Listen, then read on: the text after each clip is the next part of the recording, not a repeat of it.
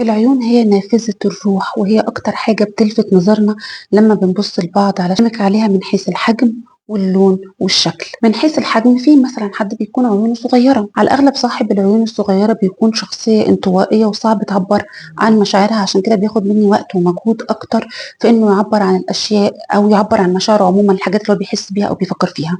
العيون الكبيرة دايما وأبدا بيكون صاحبها شخصية مبدعة لكن عاطفية جدا، وكمان بتتأثر بمشاعر كتير. بس يعني لو عندي مشروع أو عندي حاجة محتاجة فيها فكرة كرييتيف وفكرة فيها إبداع، فورا بختار أو فورا بلاحظ إن الولد اللي بيطلع لي الفكرة المبدعة بتكون عيونه كبيرة وواسعة. من حيث اللون، على الأغلب بيكون اللون العسلي. ده ولد شجاع مستقل وحساس جدا وبيتعامل بعواطف. بما ان اللون الازرق هو لون نادر جدا، فكمان صاحب الشخصيه اللي عيونها زرقاء بيكون عنده قوة أو سمات خارقة. بلاحظ دايما، ولاحظوا معايا الموضوع ده، إنه ممكن مثلا يكون بيقرأ الأفكار، ممكن يكون بيكتب بطريقة مبدعة، بيكون عنده قوة أنا بعتبرها خارقة، الرؤى بتاعته بتتحقق. انتبهوا دايما للشخص اللي عيونه زرقاء، بالعزة ميزوا، لأن عدد العيون الزرقاء قليلة جدا نسبيا على مستوى العالم.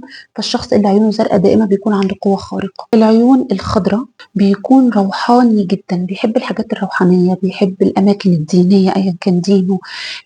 أحلامه في أغلب الأوقات بتتحقق جدا، أعتمد عليه وعلى إحساسه في المواقف أو في المشاريع. الولد ده ممكن أحفزه عن طريق الطبيعة والحيوانات. يعني لو عندنا بروجكت او امتحان مثلا، انا حابه احفز ابني انه يدرس كويس وهو عينيه خضراء، بحفزه مش باني مثلا هجيب لك بونبون او اني هاخدك على سينما او كذا، لا، بحفزه باني هاخده على مكان فيه طبيعه يقدر يزور الطبيعه. وافضل جدا كتربويه وانصحك بيها انه يكون عنده حيوانات في البيت، يربي قطه او عصفور. الولد اللي عينيه رمادي بيمتاز بكام نقطه مميزين جدا. اول حاجه منهم انه حساس، حكيم في كلامه، قادر على التكيف. يعني لو حطيته في اي مكان جديد قادر ان هو ينصهر مع المجموعه الجديده وياخد من سماتها، وعادي جدا ما عندوش مشكله. وانه يبرمج مشاعره، يعني ممكن يكون زعلان واخده في مجتمع لطيف فيه ضحك وابتسام وفيه سعاده، فورا بيتأقلم بسرعة وبيدخل في المود. الولد اللي عينيه سودا بيتميز بانه غامض، ما بيقولش اسراره لحد، واقدر انا اعتمد عليه في انه يكتم اسراري. ولاحظيها لو في حد من اصحابك او المجموعة اللي حواليكي عيونه سودا، هتلاقيه هو اكتر واحد بيكتم اسرارك. الولد اللي عيونه بنية لا يهتم ابدا بالماديات، يكون قوي وشجاع ومستقل. بيتميز صاحب العيون البني انه كمان عنده افكار مبدعة. بحيث بقى شكل العين نفسها، في عيون مدورة وفي عيون ناعسة نصف ناعسة متباعدة عن بعض.